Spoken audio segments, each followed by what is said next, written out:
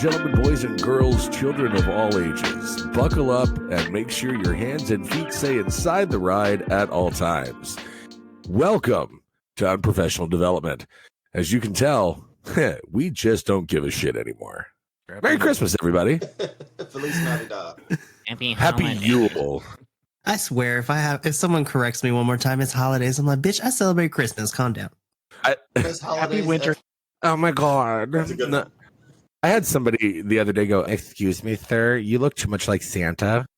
No, I've got too many eyes. And I said, They want to censor the way you look? What the I said, allow me to go get my eye patch because I'm not Santa, I'm Odin, bitch. Now deal with it. Happy Yule. And I just drove off. ultimate comeback? Flawless victory. I'm trying to understand. Look at you. I say we do Halloween for Christmas, and I'm going to dress as a giant middle finger. Yes. Ooh. Oh, that was earlier. On the back, it's going to say Happy Solstice / Hanukkah / Christmas / whatever. Merry Christmas, Kwanzaa. Kwanzaa. As long as you leave me alone, I don't care. They're never going to. They're never going to leave you alone. I don't care what your beliefs are. Just don't try to make them mine. Somebody's got to bitch and complain about something, man. You want to wish me a happy Kwanzaa, Hanukkah, Christmas? Why? Why does it offend people? I don't get it. Hey, cool. Hey, happy Hanukkah. Happy Hanukkah to you. I ain't know shit about it, but cool. Game on. I'm sorry, but here's the best quote from any Christmas movie. Merry Christmas, Merry Christmas, Merry Christmas, Happy Hanukkah, Happy Hanukkah. Kiss his ass, kiss my ass. Kiss my ass. Kiss my. I haven't watched that yet. That's why we're doing it today. It doesn't feel very Christmas to me yet. I need to watch that.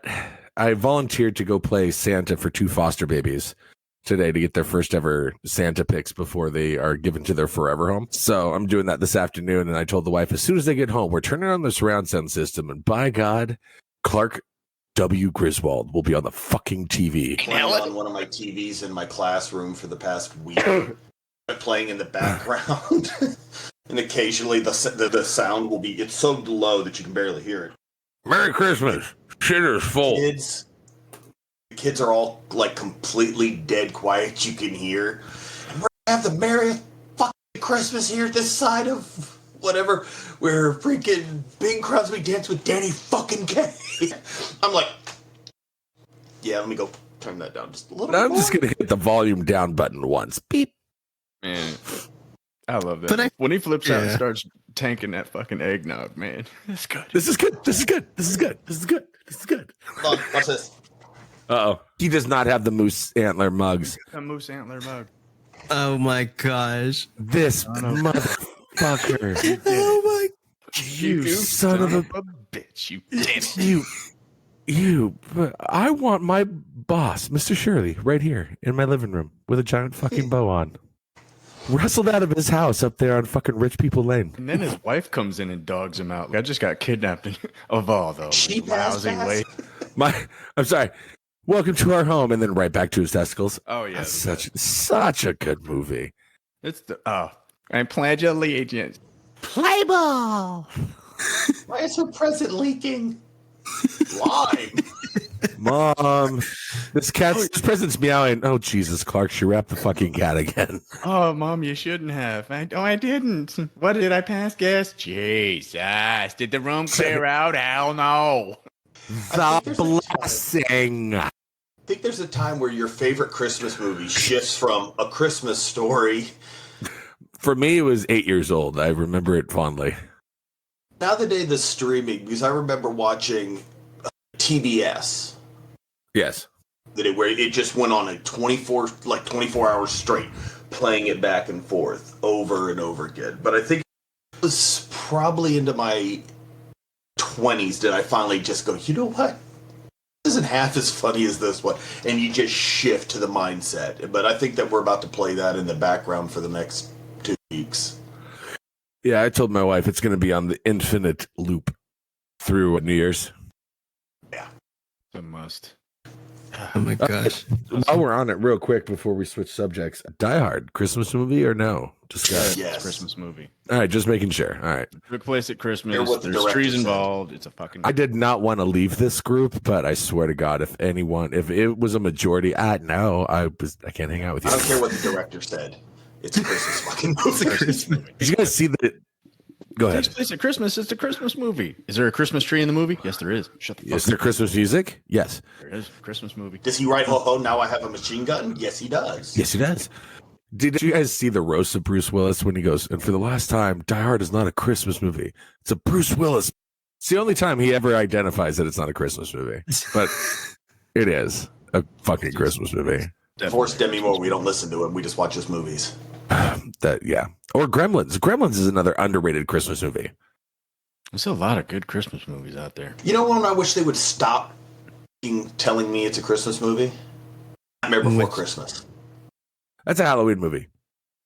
I think it's overrated. It really is. This is Halloween. This is Halloween. See, it's a Halloween movie. But okay, here's the twist. If you Isn't that watch it at Decepticons? Christmas, isn't it a Christmas movie? No. If I watch it at Christmas, bitch, it's a Christmas movie. If I want to watch Kill Bill on December 25th, guess what? It is a Kill Bill Christmas is now movie. a Christmas movie. There's no flaw in my logic anywhere. Oh, it's sound. It's sound odd. There's really not, and I hate that about you right now. God damn you and your logic, Chad. How dare Kill you Bill. use logic? And who's gonna be like, no, I don't want to watch Kill Bill. It's like way too much blood. Get the fuck out of here! Like, she's cutting bitches up with a sword. I'm down. Let's do this. Oh my God. Oh, man. I are still we got doing? 3 days left. Oh. You poor bastard. We've got testing this week. Why? Because they fucking hate us. For the But we're love also of out God. until January 6th. We go back on the 3rd. I know. That's not that much better. We go back on the 3rd for professional development day, and I have to teach a class. I'm like, oh, They asked me, hey, would you ever consider teaching professional development on how to build relationships with kids? And I said, just watch my TikTok. Go fuck off. I get to teach one on formative and summative assessments. A round robin. Oh, I got to teach multiple times. Why do they have... that's about right. Oh my gosh. And then I don't the know kids come about- on the 4th, yeah. and then on the 6th we have a Here boot you camp for. Thank you. We have a boot camp for the TSI, which is TSIA in Texas, it's a placement test. We have Yeah. a boot camp for that. Like the first week back, we have a boot camp for that. Then the following week, we have mid-year map testing, followed by TSIA testing. This is why I'm so happy I teach history. We don't have to give any of the standardized tests. I just have to listen to the kids bitch about it. Horrible, man. Just suck the. You got to give the life EOC at the end of the year, but that's pretty much Not- the easy one. Not in middle school. I know, right? Here, now that in middle school they have the civics literacy test here. in Florida. Yeah. No, they're starting to make one here where our kids have to do a DBQ on the American Revolution. I like barbecue. It's so good. Good old barbecue. Oh my gosh. What the? It's a civil liberties test. What the hell is it over? I know what civil liberties are, but what do they actually test? It's government in general. They call it civil liberties because they can't call it a government test because it's not knowledge based. It's all about your understanding of your rights as a citizen and things like that. You would think that it would be a more progressive test. In our political climate, we still have rights. Hold on a second here. Ooh. Even though, time out, did you see that there is a bill? Number two, Yeah, there is a bill being presented that would raise the minimum pay of teachers across the United States to $60K. That'll never pass. It's- Who's that? Who's It's, presenting that? it was a Republican, if I remember Get right. the- Hold on, let me No, it's not. yeah, hold on, let me look it up. that's one that they're going to trash whoever doesn't sign it, but find a way to kill. They're going to find a way to kill that. Yeah. New federal bill. Okay, Just like everything else, kill the hopes and dreams of teachers everywhere. Good job. And they've killed everything else. Why not hopes and dreams? I guarantee if they do, they'll do it on Teacher Appreciation Week. Do a shot. They actually still do that for you? I'm shocked. Oh yeah, and it's dude. I walked By into the my way, did we classroom one speak about time. male teachers not getting shit for Teacher Appreciation Week? Nothing. what's Teacher Appreciation Week? No, private school up here probably gets showered with stuff. Nope, not even that. Look, man. Let me tell you, this pissed me off last year because I had one student, not to me because I would be out of a job, but last year, because we don't have a week, we have a day, and that gets thrown in with all the other stuff we do during the first week of February, whatever. So all the classes, if they want to, they did decide to do something different. So the language arts teacher had all the middle schoolers write a note and give to a teacher that they appreciate. So we had one student, and the language arts teacher told me this, and I was ready to look for and fight this kid because I was like, how dare you? But the teacher, after giving instructions and asking the students, so this is what we're going to do, one particular student is, oh, okay, if I find a teacher I appreciate, I'll write one, and didn't do anything. I'm like, you little shit. Bitch. Little motherfucker. My apologies. I'd take Sorry, that, I'd take I that would too. over what I got 2 weeks ago. You know what I got 2 weeks ago? I walk in my room and I see you know those big boxes of like lunch chips, little bags. I walk in my room and I shit you not, I see a bag of Cheetos and a note on it, and you know what it said. You know what it said. You're all that What? in a bag. In a bag of chips. Now, question was it? The fucking chips were expired. Oh, Even better. no question. Was it from a student or from admin? Because No, that was admin. It was admin because it was in my room and the door was locked. okay, that's worse.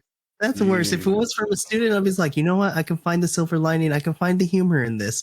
Like, But you're so admin, lucky I don't keep a flask at work because I'd be in your office. Yeah, I don't know, bitch. Yeah, it's like the bookmark I got last year that says, let's talk about how a great teacher you are. A little taco drawn on there. Listen, I was like, just give me a That taco and from that Taco little Bell. pack of Like, I'll gum. take it. A little pack of gum and some donated lip balm from some local bank. You know, that really seals the deal of saying, hey, you're appreciated. That's Yeah. like Union during just COVID, it was fought really for a bad. Like at the percent. height of the pandemic, when we came back, they were giving us sanitizer that people had donated, and they're like, "We appreciate you." Don't get sick. Sanitizer that somebody gave to you, you just had to find a place. What, the trash can was too far away? No shit. You know how it took more time to put it in each one of the teacher boxes? You son of a bitch. Honestly, oh my goodness. I don't want to talk about it anymore. I'm like, I don't need a pat on the back, but geez, don't give me expired chips with some corny. You're all that in a bag of chips. You could It's have always- used Cheetos to your advantage, but no, you went straight with the bag of chips. Cheetos aren't chips. What? I said it. They're not chips. They're not. They're not. They're I'm going to say it. Up. Then what are they? I don't know. They're like They're a corn puff snack with cheese crispy dust. corn puff cheesy shits. And I will quote one of my favorite shows of all time. I love Cheetos, but Orange Fingers. Anybody know where that's from? I feel like I should. You should. Give me an actor. Okay, one of the actresses just died. She was 71. Kirstie Alley. Cheers. Cheers. Yeah. Norm's sitting there eating a bag of Norm. Cheetos. Oh. And he's sitting there and he's, yeah, I love Cheetos as much as the next guy. And like, what's wrong with them? Orange Fingers. Orange fingers. And they had this like Sounds good. profound nod. They're like, The one thing that you could agree on. What's even funny is that you do not need that powder. Why? That's what they said. Because it actually doesn't do anything. It's now become a staple with it because they can actually flavor the puffed. That you don't get anything from the cheese sauce. really? It is now become a staple in it. You have it. It has its own name too. What it is, the Cheeto dust. I can't remember Dust? what it's called. No, it's got an actual name. I don't know. All I know is it doesn't even wash off with soap. No, that But shit. more importantly, here's the real question: Cheetos or Cheetos Puffs? Puffs. It is Puffs. called Cheeto. Cheeto. Yeah, there it is. Cheeto. Not to be convinced. Not to be Confused with Don Cheadle? confused. Cheeto. That sounds inappropriate. Great American. But puffs all day. Puffs for sure. Turns out the name for the cheesy dust, Cheetle. Dictionary.com defines Cheetle as the brand name for the powdery residue that gets on your fingertips while eating the savory cheese snack. I'm gonna double down. That's inappropriate. That's The cheesy Ladies residue. have the double down. some sick-minded motherfucker was naming that. It's Cheetle. Everything's got a name. The little thing on the end of the shoelace. What is that called? A nerd? Yeah, no. No Phineas and Ferb fans in here? Yeah, I can't remember the name right now. Dang it. Aglet. What's it called? A what? Aglet. Yeah. it was- Both of my kids were huge Phineas and Ferb fans, so we got to hear that one a couple times. My kids used to watch that nonstop, and I'd always watch it with them. It was like the one kid cartoon that didn't drive me nuts. It actually had, What about Doug? substance. Plot line to it, man. Yeah. Doug was great. How old do you think his kids are? He was watching it with his kid. Doug is still a staple on Nickelodeon. No, Oh, not original Doug. no. That's true. All right, fair. A quick update. I found it out. It was actually by a Democrat introduced from the Florida 24th. Oh, son of a... Sorry. From Florida? The Florida 24th. ED over here. Oh, the Florida 24th. Oh! And Argentina had a really, really good chance, and they squandered it. It's this final is gonna be decided by penalty kicks. There's no way that bill makes it. No. Not a chance. I don't know. It's in Florida. DeSantis is gonna look at that and go, "Shit, I want to be president. It's coming out of my state. That might be a good thing for me to back." It's not gonna happen, man. It's not gonna happen. He still has yet to call himself if he wants to run in 2024. People are putting him up there as the front runner already, though. He is, and he's actually he's more favored right now than Trump running in 24. But Trump you can't combat him. Trump screwed everything up. If it's DeSantis versus Trump, DeSantis is going to win because all the Republicans are backing away from Trump.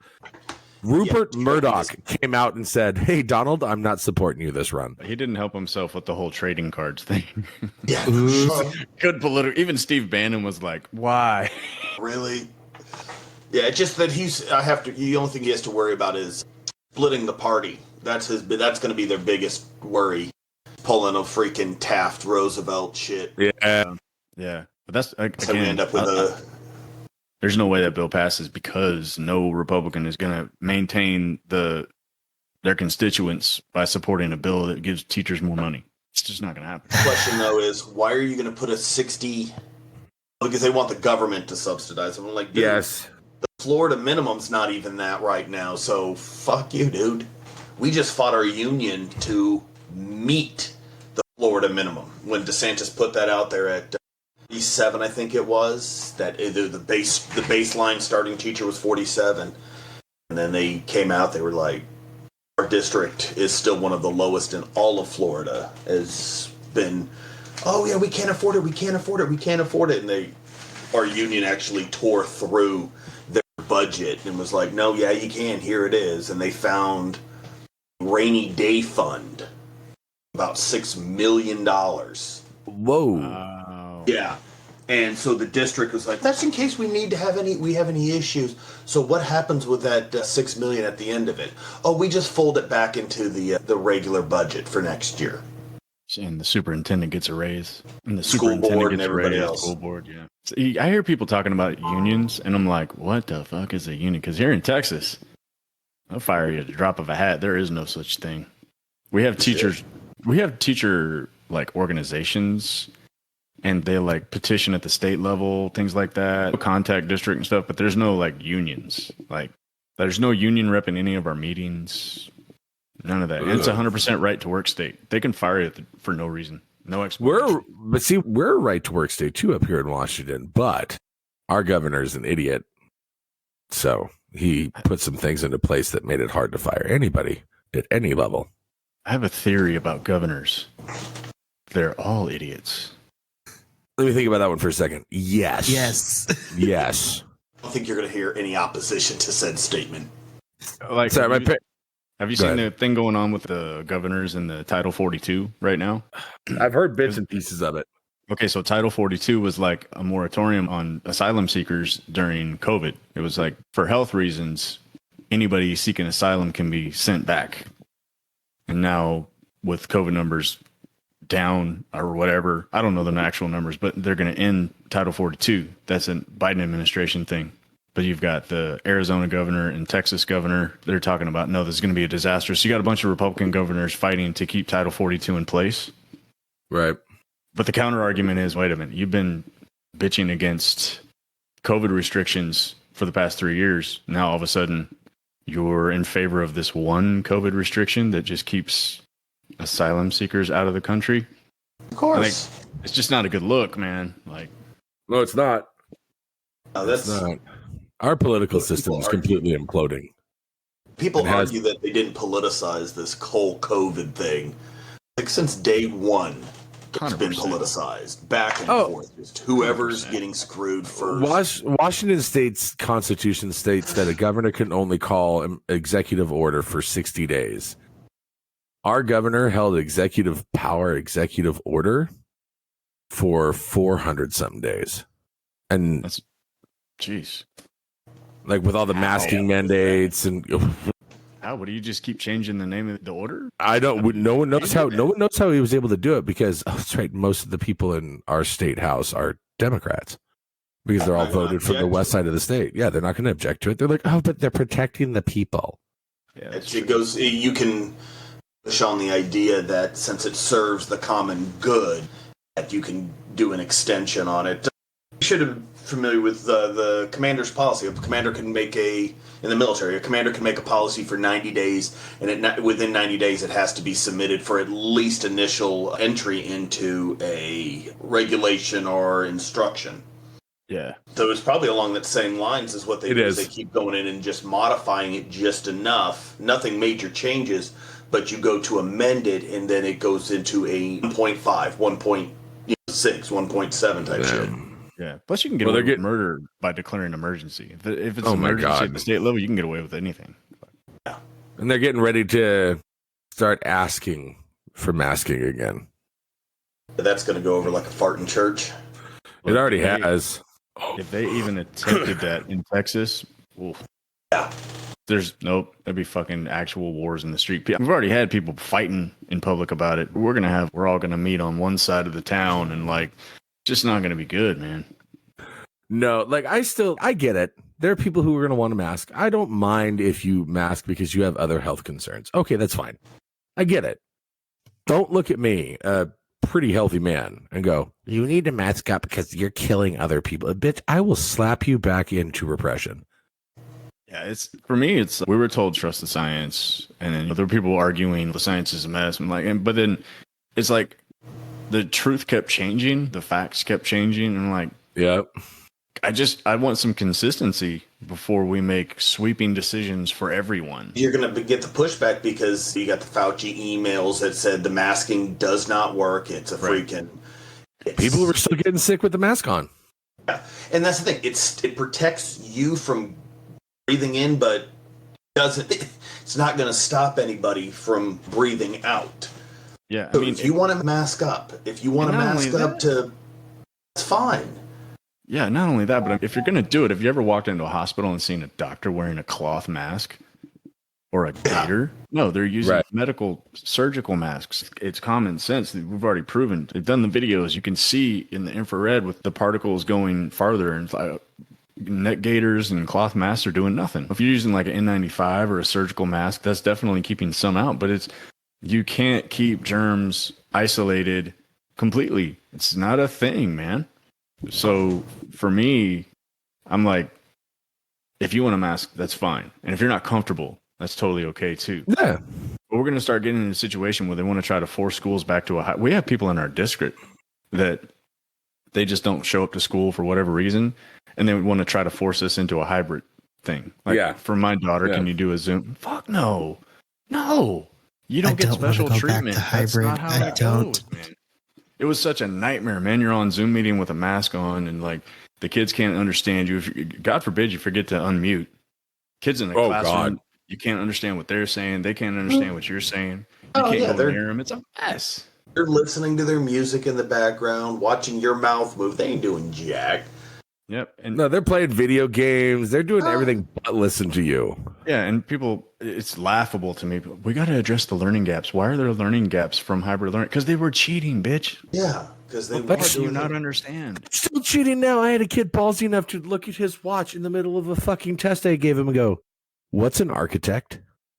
Yeah. And I called him on it. I'm like, "What do you think you're doing, dude?" And he goes, "Oh, I don't know the meaning of a word." So you think it's okay? He goes, "Yeah, I need to know the meaning of the word. It's on my 504. Bitch, no, it's not. Oh, don't even get me started. He tried to play the 504 card that it was okay to cheat. Yeah, that's not how they work. It's not Do how I they work. want? I think I told you this one before. I had the kid that goes, "I've got an accommodation." Do I want The to kid set asked fire to me, things right now? you have this completed. And I'm like, that? I said, yes. He goes, I get a copy. It's on my accommodation. And I said, no, you get accommodation for filled in notes, Yes. not assignments. But this needs to be filled in. So I get I'm like, don't pull it. Even try. He wanted me to give him the completed assignment because it's accommodation. I'm like, are you freaking kidding me? Yeah, that's out of bounds. God, that's something we could jump on. I'm sorry. This one's been bugging the piss out of me. Oh, don't worry. I might follow you up. Every accommodation to help these learning gaps. We're telling these kids everything that is wrong with them. Doing nothing to solve this freaking problem. It just boggles my mind. We're telling, oh, you've got AD, you're a bad test taker. Not doing anything to make them better test takers or help them refocus their attentions or anything like that. No, we just say, okay, so we're just going to give you extra time so you can sit there and stare. I had kids 40 minutes, 4 questions on the progress monitoring. And I used it as a quiz to let them know. He sat 40 minutes on 4 questions. I'm just a bad test taker. Oh, dude, get to work. Yeah. It's the most infuriating thing. I get it. We have these students who need what they need. Okay. And we as teachers, we know we can provide it to them if we do it correctly. And that's another thing on TikTok that's really getting me is people blaming teachers and students with IEPs. That's a whole nother kit and caboodle. But it's when you got these kids who try to use it to their advantage, like you're saying, they're trying to get them to fill out an entire assignment because they hear the word accommodation and they feel that, oh, my parents said that because I have this accommodation, you have to give me everything. No, motherfucker, here's your accommodation right here. Tell me where it says I'm supposed to read everything to you. It doesn't. Yeah, we have one the other day, and the parent had contacted the teacher and is like, bitching, did she get extra time? So we pull, look, the 504 actually says extra time up to a day upon request.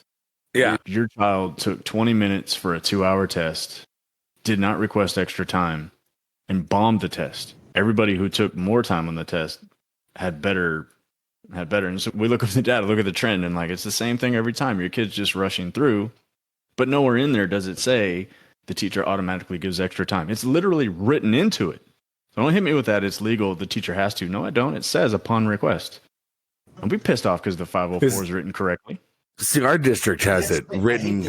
We get the ones that say 100% extra time. You get these kids that, I need 100. I said, no, you have 15 questions. Everybody is given, you're supposed to be able to do it in 20 minutes. Given the whole class period, that's across, just give everybody the extra time. Yeah. This is what you're supposed to have. 20 minutes to do this test. Yeah. I'm supposed to have extra time for my assignment. Yeah, you are. When was the last time you worked on it? Oh, it's been a couple weeks, then it's late. Yeah, exactly. If you have extra time on assignment, if you have that extra time for assignments accommodation because you genuinely need it, that's fine. But you have to show me that you are making a conscious effort to finish it. If you just sit there and do nothing, get accommodations on my teacher work. Yeah, that's the thing. It's not an accommodation to promote your laziness. It's an accommodation to help you with a learning need. Like you need extra time to process while you're thinking. Great, but that whole time you're supposed to be thinking. I need assistance with note taking because I may have a spatial issue or whatever it may be. It's to assist you with the work, but you have to do the work. Right, exactly. But it always comes back to the teacher didn't do this, the teacher that. So I'm literally coaching my teachers as a lead teacher. I'm coaching my teachers at like how to write the emails to avoid legal battles and deciding what's an admin thing, what's a us thing, like this shouldn't be part of my job. I shouldn't have to have a law degree just to be able to teach English. It's so quick how the mighty have fallen too, because 19 months ago we were considered untouchable. We were considered heroes of the industry. We could do nothing wrong because, oh my God, they have to do this, that we still have to do it. It's just in class now. Yeah. There's nothing different than online. We're still fighting the attention needs. We're still fighting one-on-one technology where the kids are using it incorrectly. I don't care if your kid is playing slope unblocked. It's not what we do here. But at least we get that bag of chips, the expired one. 2 years old. I don't. Ooh. Chad, I'm when ready did you to. bounce out? When did you get out of the service? 2008. 2008. Yeah. So, were they doing resiliency training when you were in? No, when I left, we were still peeing standing up. So the resiliency training, I've been thinking about this recently with them, is that we need to start, it's, the lack of a better term, it's to be a tennis ball. Meaning you can hit the wall, but you bounce back from it. Yeah, I got out just before that started happening. Yeah, it was good. It's a good process. I like it. They completely used it wrong, and they implemented like this much of what needed to be this much. Really teach it. Like green dot training. I don't know if you're familiar with that one. You see something, say something. It's actually an active role in preventing SA and stuff like that in the military. That was good. But to go back for the resiliency training, I think that's where we need to teach these kids. It's not so much, hey, let's try to put a Band-Aid on it, but all right, you as the kid make it more active on them, like the IEP that Chad said, upon request. Not on the teacher, it's on the student. Yep. You've got a capable thinking student. I'm not talking about any SPED students or anything like that have cognitive and all that, but I'm talking about gen eds. They need to self-actuate this stuff. Need to put this on them, and they need to have that responsibility. Yeah, and I'm totally cool with helping that kid figure out. What's the best way for me to approach this? What's the best way for me to handle this? Awesome, let's do that. And I'm a very accommodating teacher across the board. I'm like, I don't even need to look at your 504. I do, of course, for legal obligations. That's the job. But I'm gonna give you what you need. Yeah. If I notice in class that you're having trouble organizing and traditional notes aren't working, I'm going to talk to you about ways to organize graphically. I don't need a 504 that says give them a graphic organizer. No.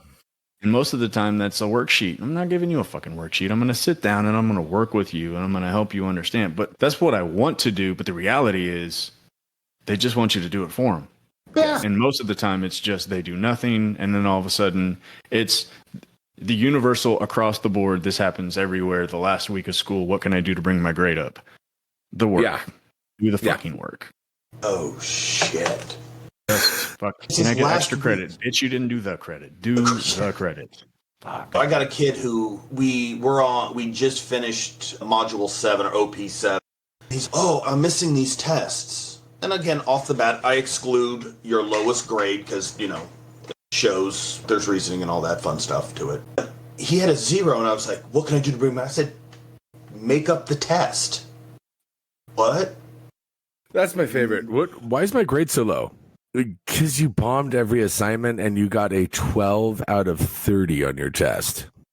I had a kid goes, is there anything way I can get a B out of this class? I get a 79. And I was like, you know what? Let's take a look at your grade. If you're trying, not against fudging a point. Yeah, we see the improvement. We see the steps, everything showing that they're doing what they need to be. Cool, I'm down. All these NGs not graded because not turned in. And I was like, you're going to want me, so you won't even do the work, but you're going to want me to give you a point? Nope. Give me a break. You turn in one of these assignments, look at that, it's a B. But here's shit.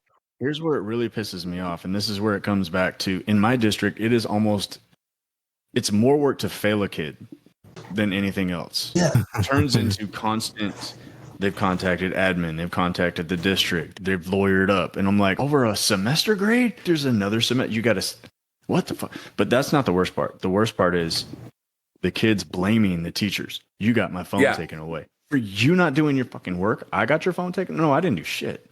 You didn't do your job, and your parents took your phone away or whatever. And that's what blows my mind. I'm sitting here with 35 kids across a couple classes. None of them are passing, but they've all got phones.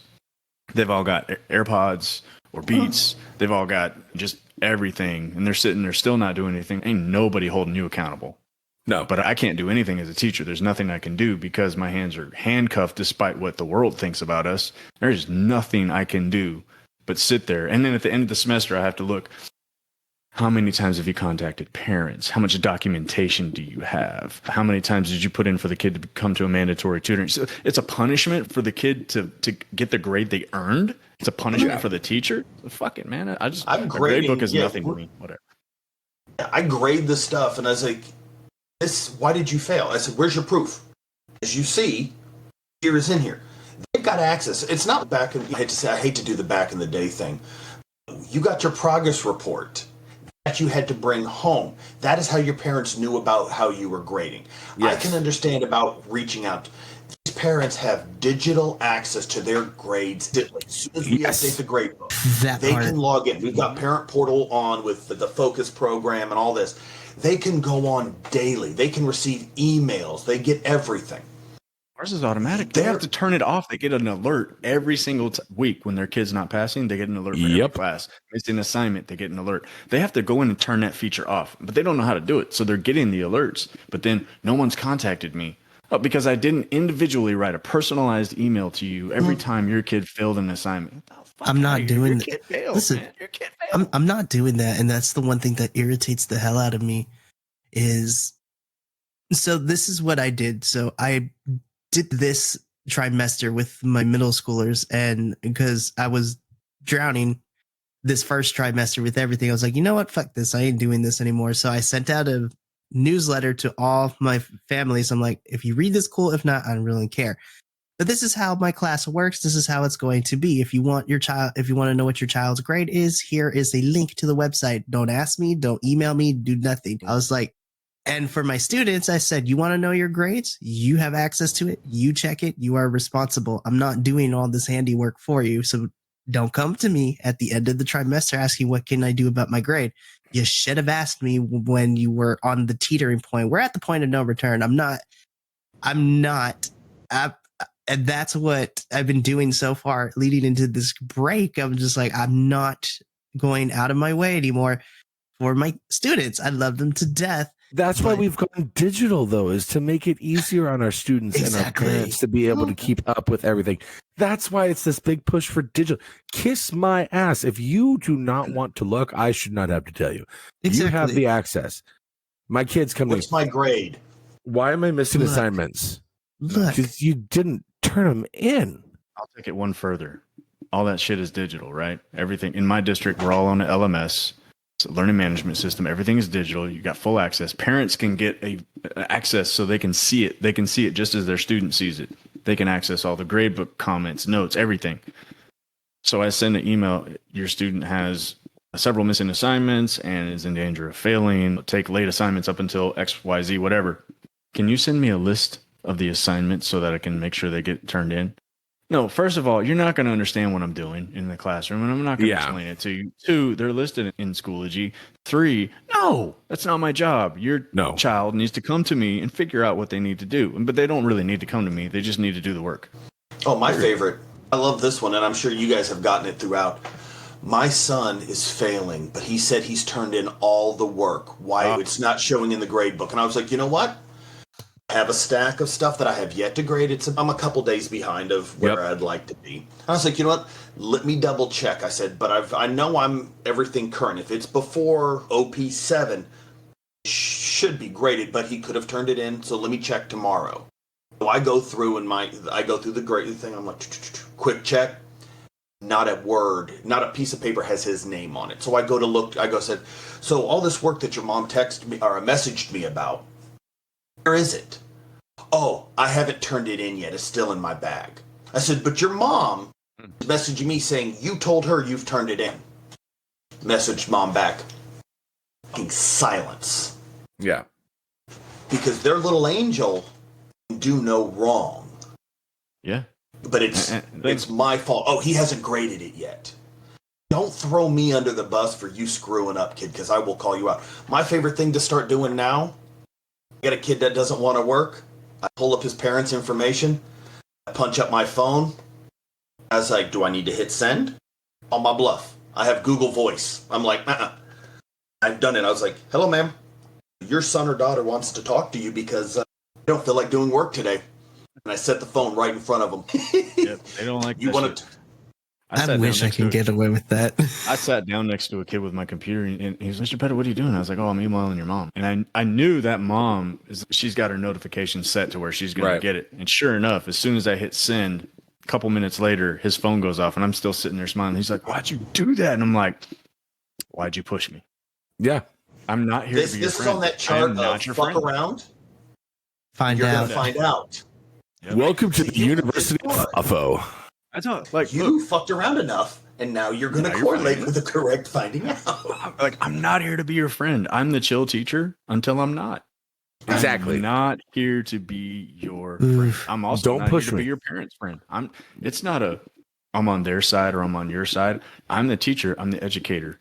I have no personal involvement with any of that. You walk into my class, you're going to be safe. We're going to have fun. You're going to learn. But if you push me, you're going to figure out what a grizzly bear sounds like. Yep. Because if you push me beyond that point because now you've disrespected me enough to where I'm like, no. But my own kids hate it though, because I come home, check their grades. I get the notifications and I'm like, what's going on with this? The teacher hasn't graded it yet. Maybe don't use the number one bullshit excuse on your father who's a teacher. Don't you know what I do for a living? Yeah. And I'm like, Dad, no, that's not the case. I'm like, look, I teach high school. I teach freshmen. I teach upper level, upperclassmen. I teach the gambit. And I know all you little fuckers come to school and you're different people. Don't try me. I know you're going to the school and you're doing things you shouldn't do. And I know when you have a missing assignment, it's because you didn't turn it in. There's no the teacher didn't grade it. Well, the teacher standing there saying, "Nope, I'm not going to accept that assignment, and I'm going to put a 0 in the grade book." How much time do you think we have? Right. I tell them right off the bat when they try to pull that. I was like, "Don't play stupid. I'm better at it than you are." Amen. And they're like, "Yep, you just call me stupid." Your words, like, not mine. That's what I said. I say that. Think through it, buddy. Think through it. You don't want to do this. I'm like, trust me. I said, do you think I wasn't y'all many years ago? Exactly. I played these games. We know this. We lived this life. You're not my first class. I've been doing this for 5 years. I love it when they try to argue their way through it. I'm like, do you really want to do this right now? Do you want to mess with the English teacher with a master's degree in rhetoric and composition? I'm basically certified to argue. And they're like, I don't even know what that means. And I'm like, that's why you're going to get your ass kicked if you try. Do it. Don't do it. The fun one on the kid. He was like, no cap. And I was like, yeah, keep it up. And it's going to be no gown either. That is such a... I love that so much. That's perfect. What's funny is because the one kid that was with him laughed. He was like, oh, shit. The one that I said it to? What do you mean? Oh, Jesus. That makes it so much better for you. But it's exhausting, man. It is. You bang your head against the wall. I made a midterm study guide. Different OPs, different levels of questions, but it's all there. So I turn around and I was like, all right, we're going to take this next week. We're going to stop our standard lessons and we're going to go into review. Now, this is too much information to do one day on each one of these.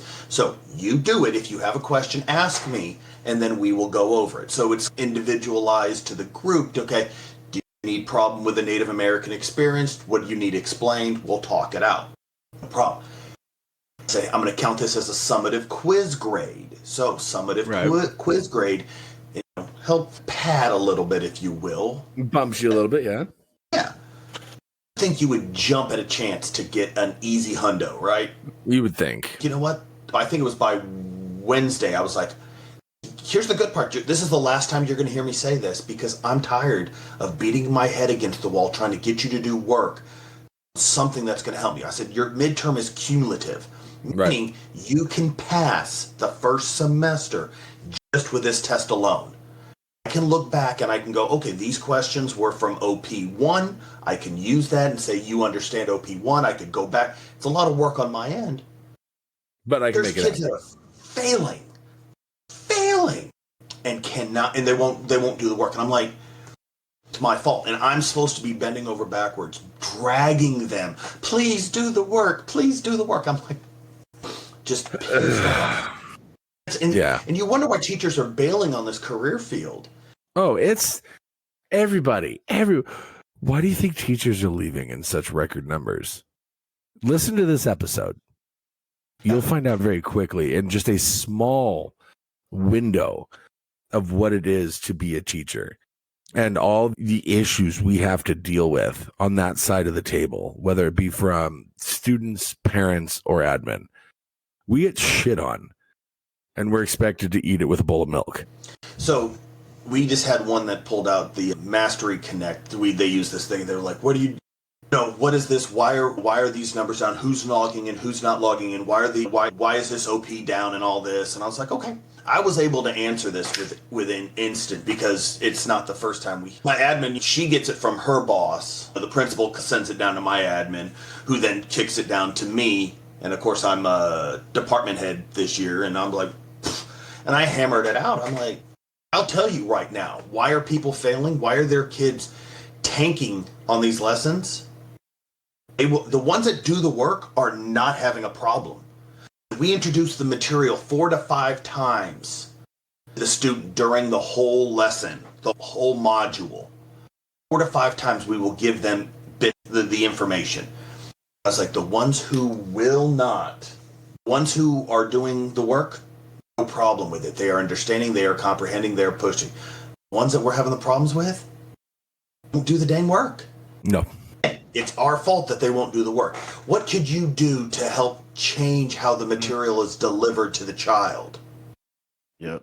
And then they pull out. I'm supposed to stop and teach your special little snowflake here. Dude, literally, it's no different than anybody else. It's not. You're not a special case. It's not. There's nothing. No, your child is curling up in his chair, sleeping in my class. Yeah. I got tired of waking him up. I'm like, dude, I'm not fighting this because I'm going to spend half the period. Hey, man, wake up. Hey, man, wake up. Yep. Write him up and go. He's going to be asleep in the class or out. Maybe he'll learn something through freaking nocturnal recollection or some shit. Nocturnal emission. Wait, wrong. But yeah. Shit. That's the problem I deal with, man. But they come to us. What can you do? How about what can they do? What can the kid do? Exactly. I'm just like, why are we does going it to put the onus back on these kids? Especially, I understand for elementary, they're still learning. Middle school, they're still developing. In high school, where's the onus put back on the student? Where you aren't doing your work. Stuff we build, we develop. We use another code, one of those buzzwords. We scaffold the lesson, right? We build upon shit. So we stack and rack all the lesson up. Hey, my first time I give it to you, do the vocab or Kim chart. Then I give you a lecture with a note taker. Then I remediate any learning faults by doing an assignment afterwards, which reintroduces you back to what you just learned 2 times before. We do a review, and then we do the test. You don't do a major chunk of this block where you're absent through the lesson and you don't follow up and catch up with the material. What do you expect to get out of it? Let's talk about that one. Absences? Can we? Let me talk about this because I'm gonna set the world on fire right now because it's my turn because this is exactly what I've been dealing with the last 2 weeks. My biggest thing, and now granted, every subject, it's tough when you miss a day or two or a couple of days because one, we're expected to continue with the content that we're supposed to be presenting to the students, but specifically for my subject with math, it's hard for them to continue on within the unit that we're doing if they miss a day or two because they need that topic that we covered in order to do it. My biggest issue is, and this is just, I just want to put this out here as a blanket statement. My notes are online. I've given resources for students to do it. If a student wants to come in after school during my office hours to go over what they missed, then I'm more than willing to do. I'm not going to chase down your child and give them that lesson. Either they look at the notes or they look at the video that I provided of how to do it that I record for my students. I'm not going to be chasing them to get it. If they have, and it goes back to this whole thing. Your child is responsible to make up the work, and they have, at least in my class, they have until the end of the week. If it was 1 or 2 absences, or if they're gone 3 or more, they have until the following week to get all that makeup work done. I'm not giving your child special treatment. I feel that 7 days to do 1 or 2 worksheets is enough time to get it done. I'm not. And then when they don't get in, he was absent. I was like, yeah, I gave your child the work. They can also print it on Google Classroom if they need to, if they lost it or whatever. I've given your child multiple opportunities to make up their work, and they decided that they don't want to do it, but it's magically my fault that they received a 0 for those makeup assignments. Get the fuck out of here with that shit. My kid was gone for 2 weeks. Okay. Did they have a computer? Yes. They couldn't do their assignment because all the assignments are posted online. We were in a foreign country. Okay. Did your child have a computer? Yes. They don't They have could have Wi-Fi. done the assignments. I had a kid stuck in South Africa for 2 months, being on his visa. Went home to work on his immigration, and he got stuck because his visa expired. He got stuck there for roughly 2 months. That's who he was messaging. Hey, what assignments do we have? He was following along. South Africa in the work, and you're going to tell me you can't do one because you were absent because of a dentist appointment? Yeah. So I've got 2 cases that are really driving me nuts right now. And one made up the work, and it is what it is. But this kid is not, I'm just not going to do the work. It's a matter of the parents took him out of school for a couple weeks because his brother had a travel ball tournament. Ooh, don't get me started on those, because Doing the travel ball. Now, the other one never does work and is constantly absent. And finally, I'm like, why are you gone so much? What is going on? Is there something I need to know? He's like, oh, I just don't get up in time to get it on the bus. Yeah. I'm like, why has your parent not whipped your fucking ass at some point? What is going on? My parents would have killed me. Missed the bus once, you're dead. And I'm hearing you missed the bus, nothing. you're walking to school. Exactly. Yeah, and right, left. And I contact the parents and I get no response. But then all of a sudden, when the kid's about to fail, all of a sudden your email works and your ability to hit the reply button works. You're worried about me as the teacher? Look at the shit you're teaching your kid. You're teaching them to procrastinate. You're teaching them to kick the can down the road. And you're teaching them it's okay to just do your bare minimum and somebody's going to make it up for you. There's always going to be somebody to rescue you. And like the truancy procedures, they make it so hard to get a kid busted on truancy. We have to initiate the process. I'm like, why do I as a teacher? I marked them absent. Now it's somebody else's job. There's somebody literally paid in the school to keep attendance.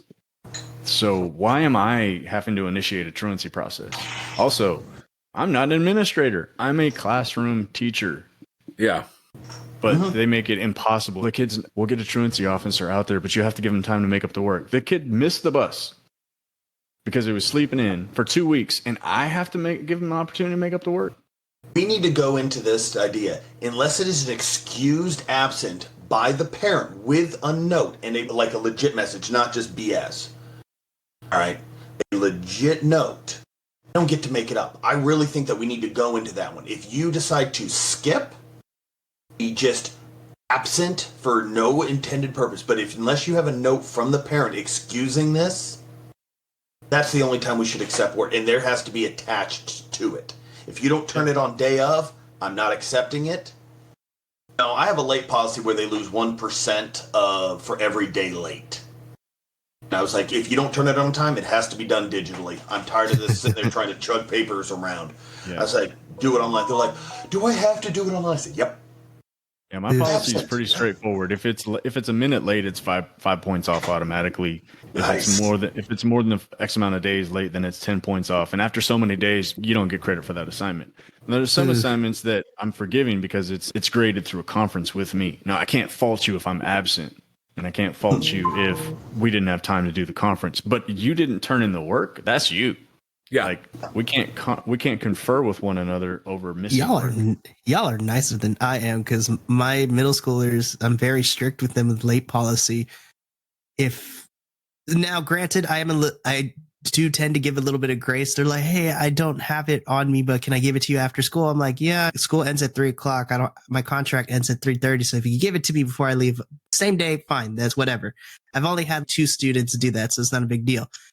But my students learned very quickly this year. I was just like, if it's a day late, it's the highest you're going to get on this assignment is 70%. I'm not giving you anything higher than that. I was like, you were in class, 70%, 2 days late, 60%. If it's 3 days late, I'm not accepting it. You get a big fat F. We ain't doing this because we can't do that.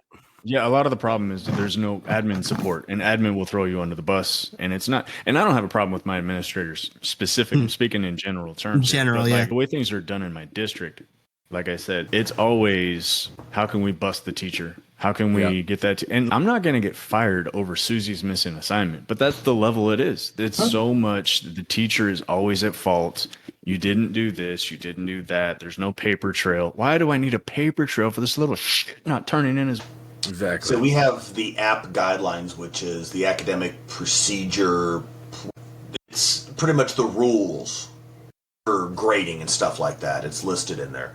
And these kids know it. They know exactly that we can't give them less than a 50 on their grade report as long as they try, because they want to make it recoverable, which I completely understand. That if you're at least attempting, you should get, and that way you can try to get that 70 the next time at a minimum or whatnot. But they know the rules. Oh, I'm supposed to have 2 weeks upon completion according to the guidelines. The parents know this. It's provided to them. Like Chad said, it's you have to be almost a lawyer to try to figure out all of these loopholes, right, to get things done. Not It's only that, infuriating. but it is. And to fail a kid, I have to turn in a full-blown packet for a kid to fail at the end of the year. So I used to be very adamant, like whatever grade is in the grade book, that's the grade, and you get that on the report. Now, I do understand it's not recoverable. You're going to create a major behavioral problem because the kid's just going to give up. If they have because our grades average out between semesters. So if you've got below a 50, there's no possible mathematical way for you to recover that. I understand that. And it's a battle I don't want to fight. But it's a battle that, like, they've just worn me down to the point of, fuck it, just throw the 50 in the grade book and move on with my life. But, like, why are the teachers having to be beat down? Yeah, why? But why do we have to choose the battle when it's the kid didn't do the work? You earned a 13. Damn it, you got a 13. But we have to be careful of the fragility mindset that is existing in today's dichotomous. Am I a psychologist now too? Fuck you. I agree, but here's where these kids need to get punched in the mouth. They do, but it gets even worse because then they go to summer school. I teach an honors course. They fail my honors course. They go to summer school and they take an on-level course and get credit for the honors course. But all they're doing is filling out a packet over the summer with some football coach who's just trying to earn some extra money and going over playbooks the whole time and say, shut the fuck up, leave me alone. It's a teacher in summer school just trying to make some extra money. Easy with football coaches. Just telling you, man. Like, it's just if the cleat fits, lace it up and wear it. Yeah, straight up. I don't teach summer school, so the packet. No, or it's a watered down version. It's 3 weeks for a whole semester, and they get a 95 for a computer-based training, a computer-based version of the packet. And can I get a grade check? And so the teacher who's sitting there looks and goes, out of the 30 questions, you need to check 2, 5, 17, 22, 23, 24, 27, and 29. So they go back, tweak those questions to see if they can get enough to answer. Yep, you got a 75, go. Enough right. So that's how they progress through these packets. And I'm like, oh, you don't want me teaching summer school because them kids would not pass. I'm like, you need to go back through and read all of this material. You need to answer these questions legitly because I'm not playing that game.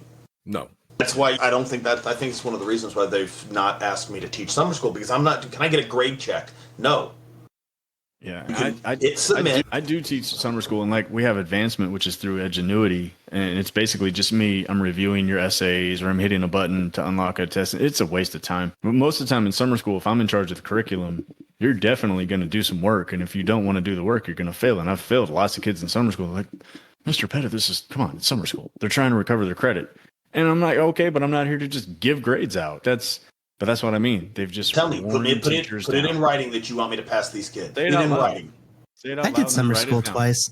Say it with your chest. That's why I tell them. I go, email me. Hey, shoot me an email and inform me that. What do you mean?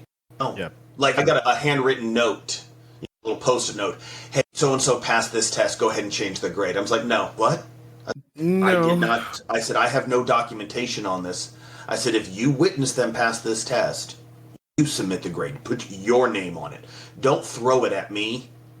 Have my name attached to this kid's passing score when I did not administer this test to him. Here's where it's beyond just a beatdown. It's pointless because I've had people above my level change the grades for my grade book. So I have yet to have that happen. Exactly. Oh my God. Now, you'll never be able to prove that they did, but they did. And no, there's digital trail on all that. They can go back and they can do an audit to see who modified what. Oh, yeah, sure. But of course, they're going to cover for each other. But I'm like, I gave that kid a 35. That kid earned a 35. I didn't give shit. That kid had a 35. That's what I put in for the report. And at the report time, I see a 50 in the snapshot for the grade report. I didn't give the kid a 50. I didn't raise any grades. So how to get a 50? So here's my point. There is no point. So to fail my class, I have two kids that legitimately failed the semester, and I put an incomplete because I don't have the paper trail to do all that. I just put an incomplete in. I'll come back after the break and sit down with that kid. Here's your opportunity. Here's the assignment you missed. And I'm like, it's when they plagiarize, like legitimately turn in something that's not theirs and it's 100% proven. Here, I've got the absolute proof. Did they know they were cheating? Get the fuck out of here. We're talking about high school kids here. They copied and pasted from freaking.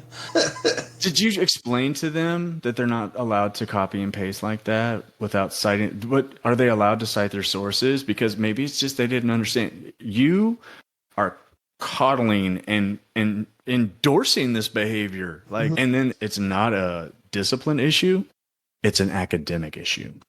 Yeah. How the fuck is that? I do not envy you with any of the English stuff, the writing of papers with that Chat GPT coming out. Total nightmare, because that Chat GPT is pretty damn accurate, man. Run it through Chat GPT, kick it over to Grammarly, or actually put it in Google first, translate it, throw it into Grammarly real quick. Yeah. Luck. And it's not going to come up on any kind of plagiarism tracker. And that's what people are like, we purchased plagiarism tracking software. That's pointless. Right. They've got websites where they can go and have an English teacher write it for them or an English major write it for them. Can have their brother or sister write it for them. It's going to be an original document. They can run it through these AI creators. .com. It'll run it through it itself and tell you what's plagiarized and what's not. There's no point anymore, man. If you don't have them writing it in your presence, but then that's the problem. They don't write it. They don't do the work. You're sitting in class. They're not doing it. And it's not my job to sit there with my hand on top of their hand, scrawling words onto a paper. No. So maybe they're channeling Michael J. Fox, by the way, with their handwriting. Oh my God. Wow. We were too long. He went there. Maybe He went there. Maybe I'm blissfully ignorant of the whole situation, but in my short career as a teacher, I cannot for the life of me pinpoint. I was like, listen, we were all students at one point. I was a student at one point. I currently still am, but that's a different story. The point being, students these days put the effort and their focus into trying to outsmart us and outsmart the system. I don't get it. You just apply that to just doing the work from the beginning. It's less taxing on your brain to try to work through plans X, Y, and Z, trying to outsmart the system. And I'm just like, why? When did this happen? Why are we doing this? Just do the damn work and stop trying to outsmart me. It doesn't have to be a me versus you thing. I'm here to help you, but I'm also not going to be wasting my time. Just do what I'm asking you to do. I'm not asking you to do much. And then everybody else wants to put the blame on me. I was like, yo, child is not doing their work. Why is it my fault and my responsibility to make No.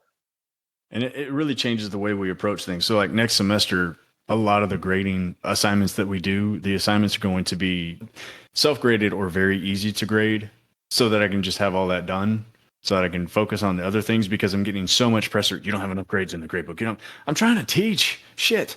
Like it's not, there's such a disconnect of you present the material, students do the assignment, they turn in the assignment, you grade the paper. No, that's not how English works at all. I'm teaching skills that are very complex to develop. And you think everything I do is on a worksheet. First of all, you're insulting my entire profession and my content area. And two, that's just not how it works. So I've got to come up with all these ways to just get the grades in the grade book, just to get them off my ass so that I can do my job, so that I can teach and have those things done. But then it's a constant, they got a 49 on this assignment, so they get a redo. But in my district, it's even worse. They got a 95, so they still get to do mastery. They got a 95. They can do mastery all the way to 100, no matter their grade. Like, why is it constant work for the teacher?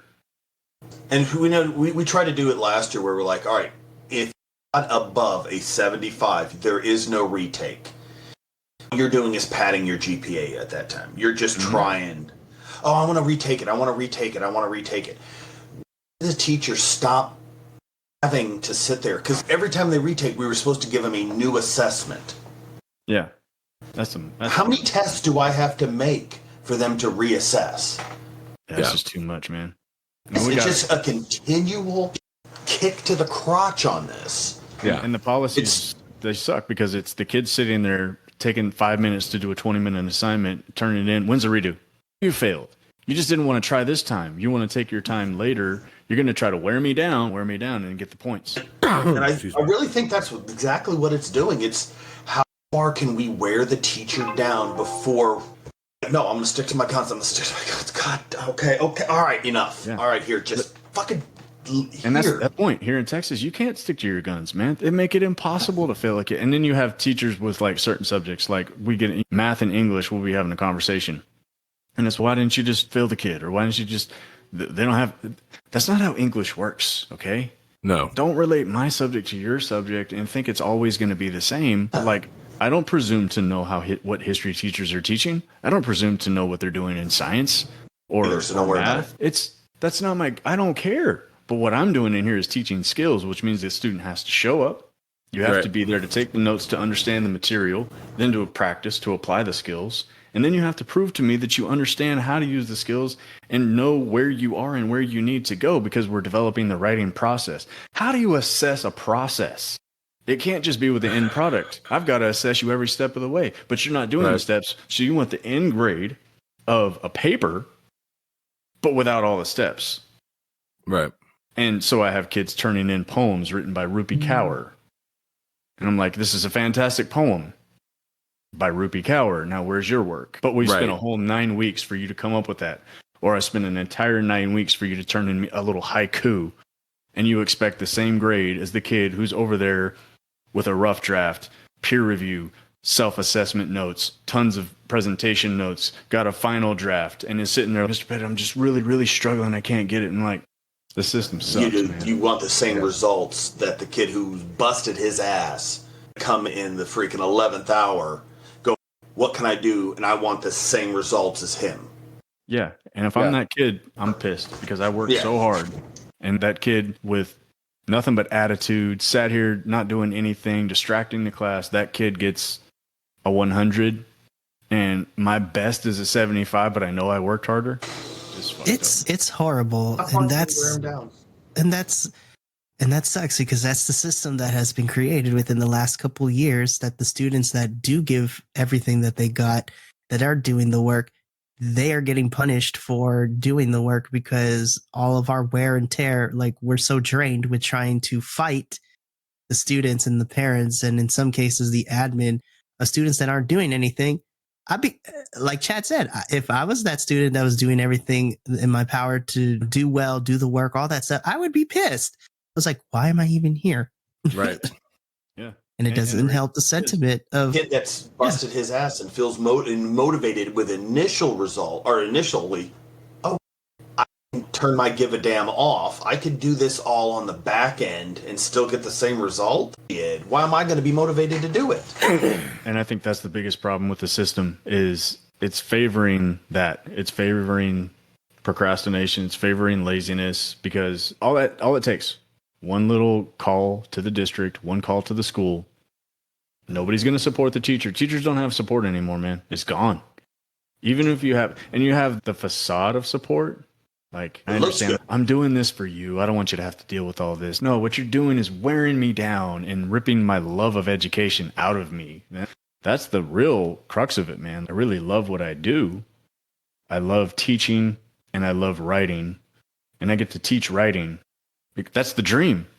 But now you're killing my dream, because it's just a battle of wits. It's a battle of paperwork. It's nothing to do with teaching writing anymore. And I'm sorry, but the reality is that one kid who gets it, that one kid who really had a breakthrough, just doesn't outweigh the 149 or 175 other kids that just didn't even try. And that's what education has done to us, is beating us up, man. Yeah. Anyway, happy holidays, guys. This has been fun. Yeah. This is, I mean, fucking Christmas. happy goddamn Yule. Yeah. And when I get done with this one, happy with Danny fucking K. Danny fucking K. No, but in all honesty, the entirety of 2022 has been a roller coaster for us educators across the board. And I feel that we never really get a platform to just talk and vent our frustrations and things like that without, again, even the wear and tear. Criticism? Yeah, if you can call it that. This is therapeutic. It allows you don't feel alone. You're not on that island where you're like, man, I'm screwing up. Maybe I'm not doing right. Maybe these feelings are just my own. Really, for me, I love this. It gets a chance to make sure that the issues that I'm feeling, having to deal with, it's a shared experience to go, okay, it's just not me fucking drowning over here. Yeah, no, it's definitely not a solitary experience. But that's, to me, that's the real problem, man. The system is so against us and it's killing us. What's the next step? And the answer is you can't fix the system. So you can either just adjust, deal with it, try to figure out a way to survive in it, or leave. And most people are just leaving. And it's becoming even less sustainable because now we're covering for more people, we're getting more students, or we're changing everything to accommodate the fact that we don't have enough teachers. We're changing the standards of who can teach. We're giving more money to incoming teachers rather than paying the teachers who are here doing the work. And that's happening in states all over the place. It's cheaper to get a brand new teacher that just plays ball than the teacher that's got that experience. It's my dad, when he was flying, cheaper for them to hire 2 pilots out of flight school to pay somebody who had 22 years military experience than another 15 years on the back end. It was cheaper to pay 2 brand new pilots than it was to pay one experienced one. Yep. And so they don't want that veteran teacher that's dead in their ways. They can't manipulate and go, okay, hey, let's play. They're wearing my daughter right now. She's in her first year. She is literally going crying at the end of the day because she feels like she's not doing enough, or doing the district's, not the district, but the school. She can't go to her classroom on the weekend unless the principal's there to help to let them in and monitor and observe what they're doing. She's having to turn lesson plans in, and the parents, why isn't my kid learning to read fast enough? She's a kindergarten teacher. It's never enough. Yeah, and that is the problem, because it's easier to do that with a younger teacher, especially a teacher who has been a student in this system. They haven't been in a system where they can push back, or they've always been taught that it's on you. You as the teacher, your kids are failing because you're not doing enough. Your kids are failing because you're not presenting the material properly. It's your assignments, it's your presentation, it's your pedagogy. Whatever. And it's your fault. It's not you can't do enough, but they're going to continue to move the bar. Like, I sent you guys that text message the other day. Like, I was really pissed off about those teacher assessments I got, man. I taught my best lesson of the year, and you tell me I'm developing when I'm coaching multiple teachers in that session and monitoring 3 classes and presenting material for the first time at a high level for these students. And you tell me I'm developing based off a 14-minute observation of one section? Yeah. But not a bag of chips. It's a bag of dicks. Go ahead and start munching. Yeah. And nothing, not one thing. Here's what you did. Here are all the things that you need to improve. Here are the things that didn't go well. It's just a constant. But you don't realize, man, they don't realize what they're actually doing. They're actually doing is tearing people down on a personal level, because teaching is not I show up to work, I present the material, I grade the papers, I go home. You can't be that way when you've got kids that come to you and talk to you about their wrecked home life, kids that come to you crying because they can't talk to anyone else, kids that, hey, Mr. Pettit, I need to go talk to the counselor. My stepfather did X, Y. Like, yeah, it's a personal job. We're going to internalize it. And you tell me that I'm not good at it? Yeah. And you're going to come along and tell me, without knowing anything about my classroom, you're going to walk in and tell me I'm not doing good enough? My daughter, she had her first formal observation. She felt like she was just going to get trashed. She's, oh my God. She has one autistic student that was jumping on the table, and so she had to stop the lesson and address right in the middle of observation. I was like, the kids know that when the principal walks in, or whoever's observing you, they bring into werewolves, I swear. Oh God. They know. I was trying to tell her because she was crying to me, and I was like, you look, I said, I take it that they're using Danielson, the 22 thing. And I was like, look at that. You're always going to be able to find what is wrong. And a good principal that cares about you, I said, I guarantee they're going to look at it and be able to find the good stuff. I said, it depends on how they want to look at it, because no matter what you look at, going to be able to find some fault in a classroom. How good it is, you're never going to be able to meet all 22 freaking assessing points. Nope. On these freaking checklists. My principal actually said that. She actually, holding the rubric in her hand, she just got done doing observations. She said, "Have you looked at this thing? It's impossible. Nobody can be a distinguished teacher. It's impossible." And I was like, okay, we all know that. You're my principal, and you just said that out loud. Right. But Say it louder for the people in the back. But so why are you? So how about we get rid of it? Because the distinguished teachers are never going to be recognized. And what does that even mean on your 29-point rubric? Yeah. What they want to assess at that time. If they want to look at you, teacher that is by far the epitome of us four knuckleheads, you make sure there's no confusion to these other two. But published author, you're using all these fancy words that we don't know about, or at least I don't know about. I'm not going to rope these two into. But you're going to get tagged as a developing teacher for this process. I'm like, what the fuck's the rest of us doing? Holy shit. Yeah, and that's... when I read that, I was just like, there's no hope for me. There's no hope. No, I'm sitting there going, he's developing? Fuck, they're going to find out that I'm a fraud. But honestly, and that's I'm what making it's, this shit up every day as I go. Yeah. And that's the thing. And okay, even if I didn't have imposter syndrome, which I do, it's horrible. Now I really feel like a fraud because on a regular basis, people are like, you're a fraud, you're this, you're that. And like in the same week, I've just gone to another campus and coached English teachers in 2 sessions, writing instruction and assessment. Here are things you can, and they're like telling me, they're giving me the feedback, filling out the feedback surveys and like how much they appreciate it, how much they're going to implement these things in their classroom and things like that. And I get back and open up my computer and three assessments, all of them bad, telling me I'm developing. And I'm like, I'm a fraud. And I look at my grade book and I see where I've had to play the game as the teacher. And I see the kids are coming in and they haven't learned anything because they haven't done anything. And like, maybe I am just a big fraud. Maybe I am just a phony. And maybe I should just go sell cars. That's what public education right now is doing to teachers. Yes. And it's doing that to those of us that give a shit. You're going to be left with people who just don't give a shit. Yep. It's The more you care, the more they're going to want to freaking take that motivation, morale for teaching and engagement, and rob that of you. The point where all you're there is to, here's a worksheet, here's a computer. I want you to be that caring teacher until they don't need that caring teacher. And then they want the one that's just going to fill in that freaking grade book because they want that grad rate or that pass rate to go through. Right. Yep. And it's Exactly right, man. And it's numbing because I love teaching. I really do. Second career for me. I got into this. I don't need to teach. I got my disability and my retirement. I do this because I enjoy teaching history. Right. Engaging with the students.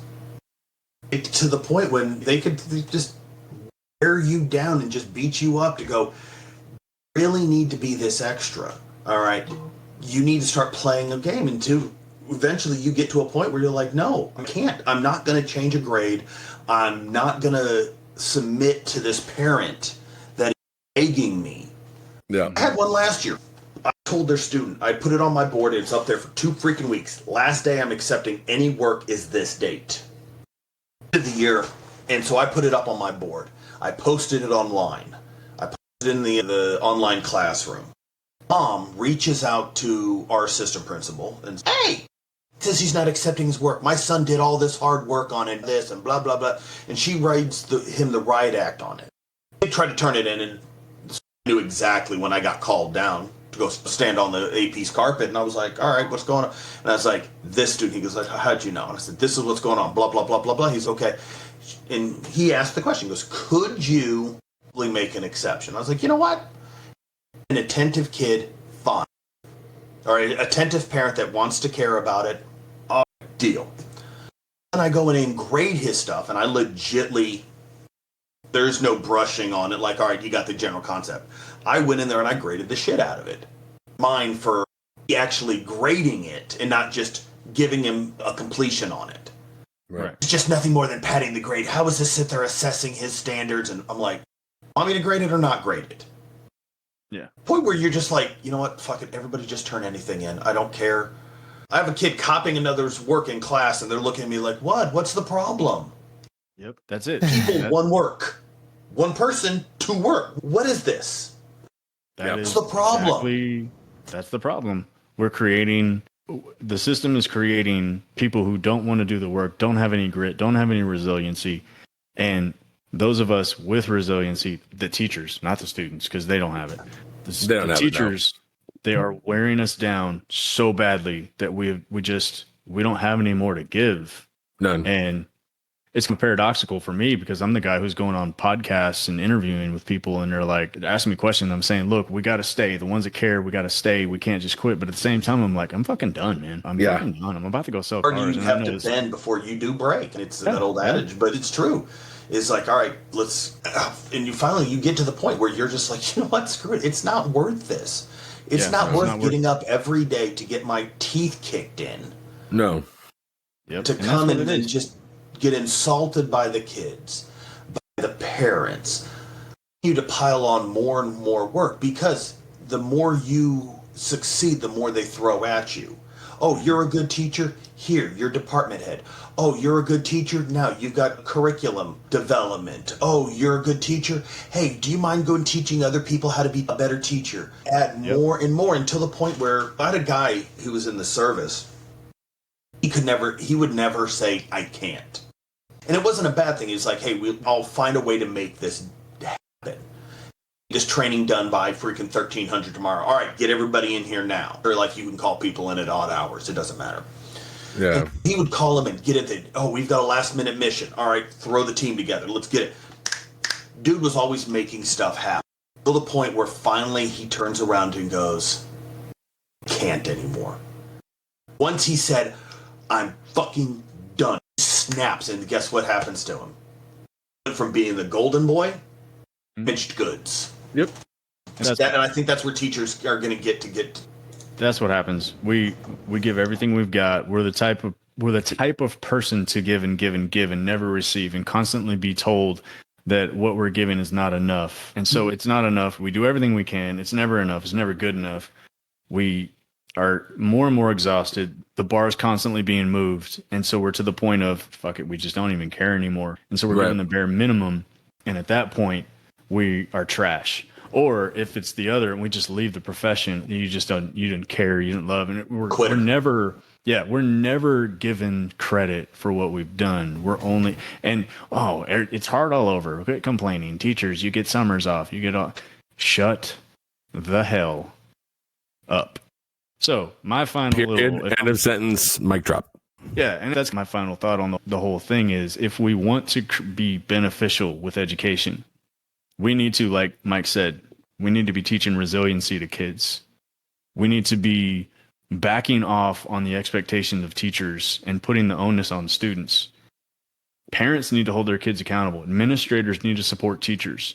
They need to hold students accountable in schools, so that we can just get back to our job of teaching. We should not be lawyers, doctors, nurses, psychiatrists, all the other parents things that we have to do. Yes, and data entry specialists. We should be teachers, but we're not anymore. And so the system is either going to break all the way, start making some changes, or just completely lose what it has. That's my final thoughts. And have a Merry Christmas, you filthy animal. Merry Christmas, you filthy animal. Oh my goodness. That will conclude another therapeutic episode of Unprofessional Development. This is what happens when you don't record for a couple weeks. Oh my God. Honestly, but it's very therapeutic. And gentlemen, this is going to be interesting. Thank you for your time. Thank you for what you do. I appreciate you. And of course, until the next episode, we will see the rest of you lovable losers later. We love you too, Barbacoa.